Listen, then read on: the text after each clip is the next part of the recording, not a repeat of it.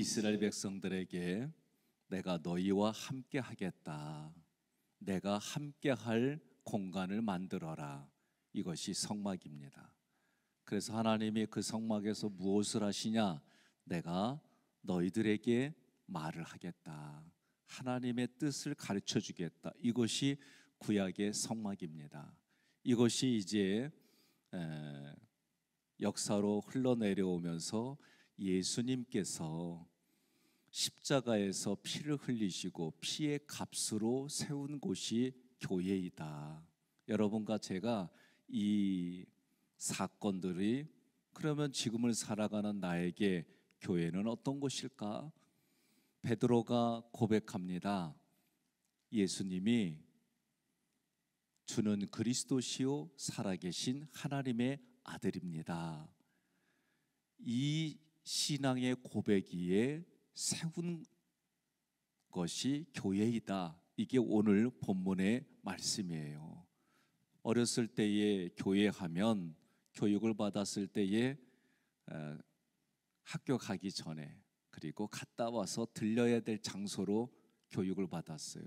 그리고 교회는 예수의 피값으로 세운 교회로 내가 어떻게 대해야 될지, 또 에베소서까지 우리가 서신서를 읽어보면 교회와 나 개인이 예수님의 신부이다.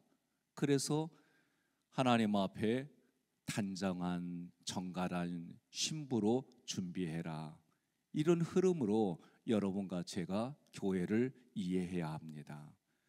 그러나 코로나 시대에 많이 모이면 병이 걸리는 장소로 아주 예수 믿지 않는 사람들에게는 그렇게 이미지를 심어놨어요. 여러분과 제가 배교할 수 있는 그런 시대에 하나님을 내가 믿고, 예수님을 믿고, 성령님을 믿고, 삼일째 하나님을 내가 함께하고, 그리고 그분 앞에 예배드리는 장소로 여러분들이 교회를 생각하셔야 돼요. 그래서 이제 교회하면 다른 말로 오늘 우리에게는 십자가로 반응하는 자리구나, 예수님께서 생명을 우리에게 주신 그 십자가로 반응하는 자리가 교회이구나. 또 다른 모습으로 보면 교회는 예수님의 생명의 역사가 일어나는 곳이다.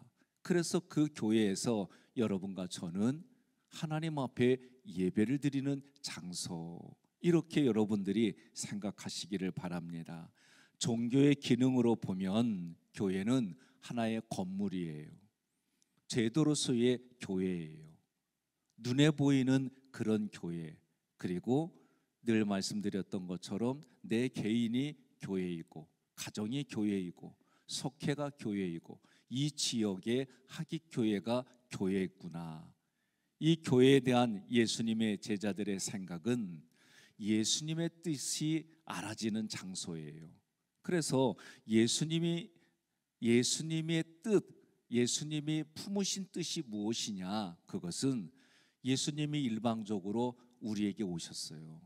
이것을 여러분 출애굽기를 같이 말씀을 나누며 은혜입니다. 하나님의 나를 만나주시는 것이 은혜입니다. 그러니 여러분과 제가 일주일 살아갈 때에 하나님의 그 모든 생명을 가지고 살아가면서 승리하게 해주시고 이기게 해주실 뿐만 아니라 열매를 주셔서 그 열매를 누리고 그 열매를 통해 영원히 소생케 되어지고 이 땅에 세상에서 살아가는 그런 현장에서 하나님과의 관계 속에 우리가 얻은, 우리에게 주신 그런 열매들을 다시 하나님께 드리는 주일날 부활의 권능으로 이날 하나님 앞에 내가 다시 열매를 드리고 주님의 말씀이 내게 다시 부어지는 그런 현장이 이 교회이다. 그래서 하나님의 나에게 찾아오신 것이 은혜이다. 여러분과 제가 예배를 통해 말씀을 듣습니다. 그 말씀이 나에게는 생명수이다. 그 말씀을 통해 내가 내 내면이 채워지는 공급의 장소이다. 여러분, 하나님이 일방적으로 나에게 찾아오신 것이 깨달아지는 것이 은혜예요. 그렇게 나를 찾아와 주신 하나님이 계신 그 성전 그곳에서 구약의 그 정신을 가지고 내가 하나님을 만나고, 하나님이 계신 곳에서 하나님이 만나고, 그 하나님이 우리와 함께 하시려고 구약의 성전을, 성막을 만들라, 그리고 그곳에서 말씀하시는 하나님을 경험했어요. 제사장만, 대제사장만 지성소에 들어갔어요. 오늘날 우리는 그 누구도 방해하는 것 없이 하나님을 만나는 것이 이 하객교의 장소다, 그렇게 우리의 의식을 가지고 있어야 돼요. 하나님이 일방적으로 나를 찾아오셔서 그것이 뭐냐? 나를 만나려고. 그 나를 만나는 방법이 뭐냐? 십자가에서 죽으시는 거예요.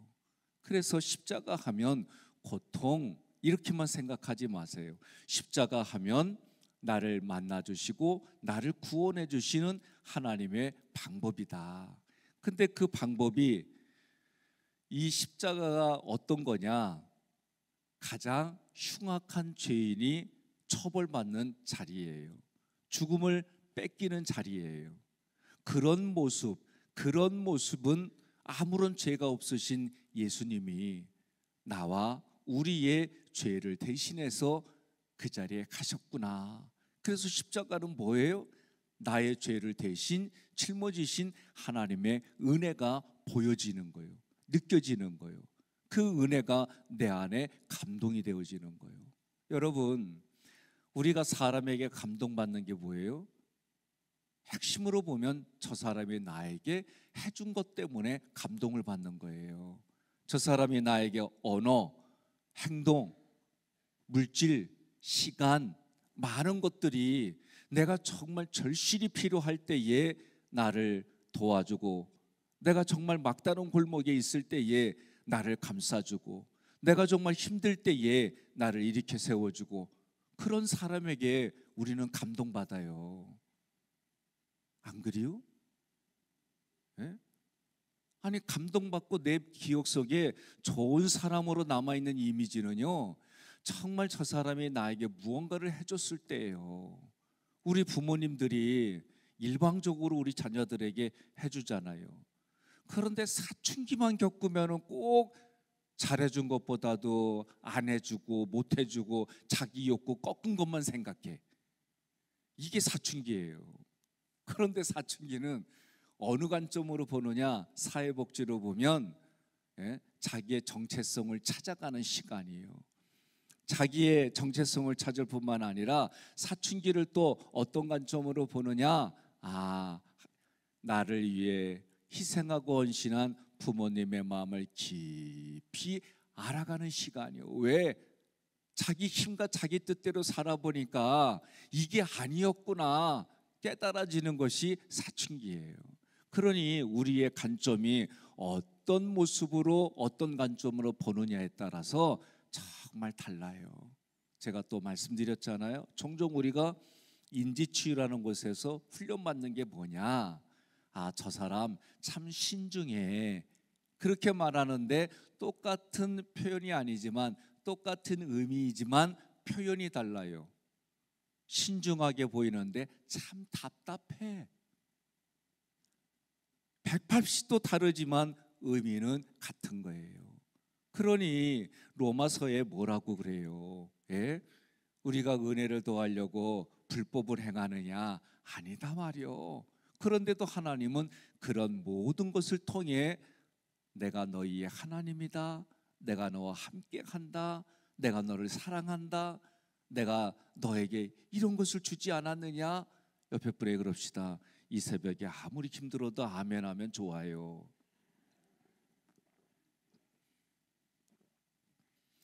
여러분, 저도 익숙해지면 그런 정신들이 빠져나갈 때가 있어요. 하나님과의 관계 속에서 내가 의도적으로 생각하지 않으면 그런 생각들이 안 떠오를 때가 있어요. 그리고 조금만 말씀에 연구하고 그 말씀을 내가 고민하고 잠잘 때에 내가 그 하나님과 관계 속에서 미리 조금씩 시간을 내서 생각하지 않으면은요, 쉽게 잊고 살아가는 것이 우리의 인생이에요. 사사기에 보면 하나님이 그렇게 사랑해서 만나주시고 사사들을 통해서 하나님이 나라에 그리고 그들의 주권에 그들의 여러 가지 것들을 경험하게 해주셔서 그러면 평화가 돋아오고 뭔가 신앙생활하는데 10년, 20년, 몇십 년 지나고 나면 또 죄 짓는 이스라엘 백성들이 그렇게 반복이 되는 거예요. 그거 보면서 왜 저럴까? 그땐 제가 인생을 모를 때예요. 아직 깊게 길게 살아보지 못했어요. 지금도 깊고 길게 살지 못하지만 그래도 그 전에 비하면 우리 인생이 하나님과의 관계 속에서 하나님으로부터 공급받지 못하면 저런 인생으로 가는 게 우리 현장이구나. 제사장일지라도 하나님 앞에 열심히 하는 사람일지라도 하나님과의 관계가 끊어지고 하나님께서 주시는 그것을 공급받지 못하면 의미가 없구나. 그래서 오늘 본문에 너희는 나를 누구라 하느냐라고 할 때 베드로가 주는 그리스도시요 살아계신 하나님의 아들입니다.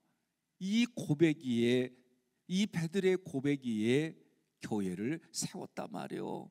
그러니 이 베드로가 그것을 알아지기까지는 공생의 기간에 가지고 이들이 있었어도 예수님이 십자가에 달려 돌아가실 때는 걸음아 나 살려라 다 도망갔어요. 심지어 베드로는 이런 고백을 하고도 저주를 하고 욕을 하고 그랬어요. 그런 베드로의 성경을 아시는 예수님이 닭이 3번 울면 깨달아진다, 이 얘기를 미리 다 얘기해 줬어도 베드로는 무슨 그런 섭섭한 말씀을 하십니까? 내가 누굽니까? 예수님의 수제자 아닙니까? 그런 일이 있을 수가 없습니다. 그리고 예수님을 잡으러 오는 사람들에게 칼을 들고 설쳤지만 십자가 앞에서 그 죽음 앞에서는 도망갔던 사람이에요. 그런 모습이 오늘 우리들의 모습일 수 있어요. 우리들의 모습입니다. 그런데 이 교회는 어떤 곳일까? 6.25 전쟁 당시에 많은 목회자들이 다 피난 가더라도 이 교회는 내가 사수해야 됩니다. 그리고 피를 흘리며 죽은 순교한 교역자로부터 성도들 참 많아요. 오늘 우리는 편안한 시대에 살아요. 제가 어렸을 때에 동네 어른들 만나면 인사하는 게 진지 드셨어요? 이게 인사였어요. 지금은 이런 얘기 안 해. 저도 아침에 출근하거나 만나면 잘 잤어? 저는 그냥 잘 잤어요. 이 얘기를 해요. 그간 하루 자면서 별일 없었나? 그런 의미로 잘 잤어? 이렇게 얘기를 해요. 어렸을 때 인사는 하루에 내가 먹고 사는 문제가 중요했어요. 시대적으로 그래요. 나라에서 이장님을 통해 가지고 아침부터 방송에 나오는 거는 잘 살아보세, 잘 살아보. 이게 그냥 쭉 흘리면 그냥 정서가 그랬어요. 새마을 5개년기 이런 것들이. 그리고 제 기억 속에서도 초가지붕이 스레트로, 그리고 이 양철 해가지고 스레트가 슬라브로 이렇게 시대가 바뀌었어요. 그래서 그 당시에는 시대 전체적으로 나라에서 그리고 교육하는 이념들이 있어요. 그리고 저희가 80년대 들어와서 민주화라는 이름으로 학교들마다 의식화된 이야기들이 계속, 그러니 어떤 교육을 받고 무엇을 보고 자랐느냐에 따라 미래가 달라질 수밖에 없는 현장들이에요. 시대를 보게 되면 지금은 러시아가 우크라이나를 침범하면서 이제는 자주국방이라는 이야기들이 여기저기서 흘러나오고 이 시대적으로 여러 가지 것들이 흘러가요.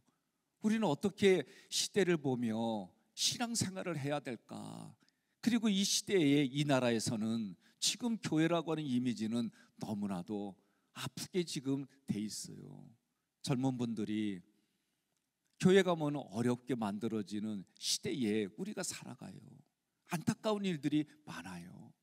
그런 현장에 성경은 과거나 지금이나 미래나 회전하는 그림자가 없는 변하지 않는 하나님의 진리의 말씀이 오늘 우리 삶의 가치가 돼야 되는 거예요. 신앙생활을 잘한다는 얘기는 사회학적인 관점에서 보면 사람답게 살게 해줘요. 그리고 부모에게 효도하게 하고 이웃과의 공존하며 사랑하게 하고, 사람이 그 어느 것보다도 우선하는 사람의 존엄성을 이야기해주는 이야기들이 성경에서 그 진리를 통해 우리가 사회를 어떻게 살아가야 될지, 가정은 어떻게 꾸려가야 될지, 부부와 부모의 자녀에는 어떻게 살아가야 될지 정말 우리 내면의 문제를 다루면서 사람과의 관계 속에 공존하게 해주는 일들이 얼마나 많은지 몰라요. 그런데도 이 진리가 오늘날 시대적인 곳에 보게 되면 그 예수님을 경험하는 것이 아니라 내가 주인이 되고 예수가 종이 되는 그런 현장으로 너무나도 많은 사람들이 그렇게 살아가요. 교회 오면은 무조건 내가 손 벌리는 그렇게 생각해요. 성경은 물론 내가 손 벌리는 일도 있어요. 그러나 신앙이 깊은 데로 가고 말씀의 깊이를 알면 하나님이 주시는 말씀을 통해 내가 선포하고 선포한 대로, 내가 발로 밟은 대로 성취하게 해주셔서 하나님의 나라가 확장될 뿐만 아니라 내 마음에서부터 천국의 삶에 놀라운 일들이 내가 경험하며 살아가고, 그 하나님의 생명들이 나와 우리를 통해 흘려보내는 현장으로 살게 해주는 그 근거가 교회예요. 여러분, 교회는요, 일방적으로 나를 찾아오신 예수님의 이야기가 선포되어져요. 나에게 은혜를 주고 나에게 사랑을 베풀어 주신 그 십자가를 선포하는 것이 교회예요. 잠자는 자들의 첫 열매가 되려고 예수님이 부활하셨다고 그랬어요. 우리의 이성으로는 이해될 수 없는 이야기들이에요. 그러나 이 부활이 내게 믿겨져요. 그래서 부활의 권능을 통해 죽음 앞에 도망갔던 제자들, 누구든지 간에 죽음 앞에서는요 힘들어해요. 두려워해요. 예수 믿지 않는 사람들에게 가장 무서운 것은요 죽음이에요. 죽음이에요. 그러나 우리 예수 믿는 사람들에게는 사나 죽으나 하나님의 영광을 위해 살아갈 수 있도록 그 죽음도 승리하신 예수님 때문에 우리에게는 부활의 권능이 내가 살아가는 삶에 승리하게 해주시는 하나님의 은혜가 있어요. 그러니 우리도 염려 있어요. 저도 살아가며 염려와 두려움이 없는 건 아니에요. 그러나 염려와 두려움도 하나님의 말씀으로 이기게 해주실 뿐만 아니라 그 현장도 허락해 주신 하나님의 은혜가 깨달아지는 삶이 사라지는 거예요. 그러니 여러분, 주님이 우리가 육체가 흙으로 돌아가면 돌아감과 동시에 부활하신 예수님 때문에 우리도 부활하여 하나님 보호자 우편에 우리의 자리를 마련해 주신 그 자리에 가는 삶으로 살아가는 거예요. 그러니 그 죽음이 더 이상 나에게 두려움과 염려를 주는 게 아니에요. 그런 믿음을 주시는 거예요. 그런 성삼일체 하나님의 은혜가 지금도 나에게 말씀하시고, 지금도 나와 함께 해주시고, 열매 맺게 해주시고, 승리하게 해주시고, 이러한 삶을 그대로 유지하는 복을 주셔서 이 땅을 살아가게 해주시는 줄로 믿으시기를 바랍니다. 저도 나는 어디서 걸렸는지 모르지만 나도 확진 걸려요. 예수 믿는다고 안 걸리는 건 아니에요. 그러나 하나님이 때를 따라 도와주시고 보호해 주시고 지켜주시는 은혜가 있음을 믿으시기를 바랍니다. 저도 오염된 자리에 가면 오염된 것 때문에 걸릴 수밖에 없는 연약한 자예요. 그러나 때로는 그런 자리에 가도 도와주시는 하나님이, 지켜주시는 하나님이 그 은혜가 우리에게 있음을 믿으시기를 바랍니다.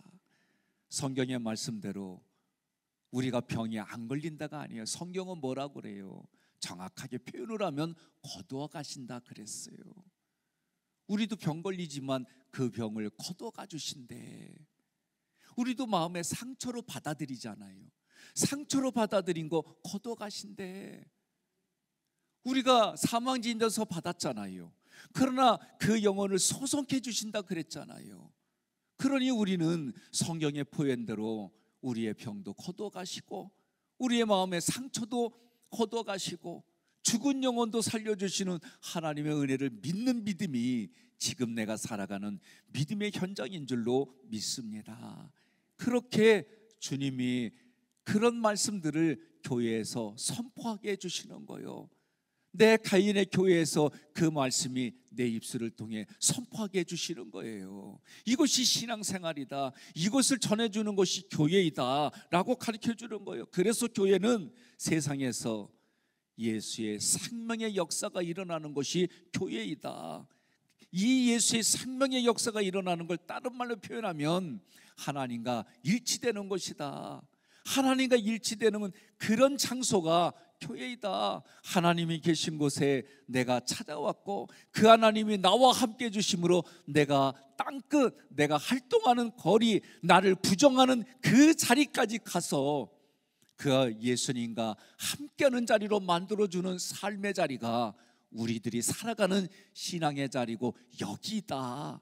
그래서 하나님의 나라가 지금 여기에서부터 흘러갑니다, 시작됩니다라고 올 한 해 선포하는 거예요. 교회는 어떤 것이냐? 예수님의 십자가로 구원받은 성도들이 지금도 계속되는 십자가에서 흘러넘치는 생명의 역사에 반응하는 현장의 자리가 교회이다. 하나님과 단절된 상황에서 하나님과 일치되는 모습, 하나님이 계신 곳에 내가 오니까, 이미 우리에게 오신 예수님이 계신 교회에 내가 이곳에 오니까 이 공간에 함께하는 자리, 그 함께 하시는 예수님이 내 마음에서 함께 해주시는 그 현장, 그것이 내가 목숨이 살아있는 현장, 내가 목숨이 우리의 육신이 땅으로 돌아가더라도 영혼력이 부활하는 그 현장, 그것이 우리의 신앙생활이다. 그것이 교회이다. 그렇게 생각하고 그 생각이 확신이 되고 지금 말씀드린 내용들이 믿어져서 살아가는 우리의 남은 인생이 되기를 주님의 이름으로 축복합니다. 특별히 오늘 선거하는 날입니다.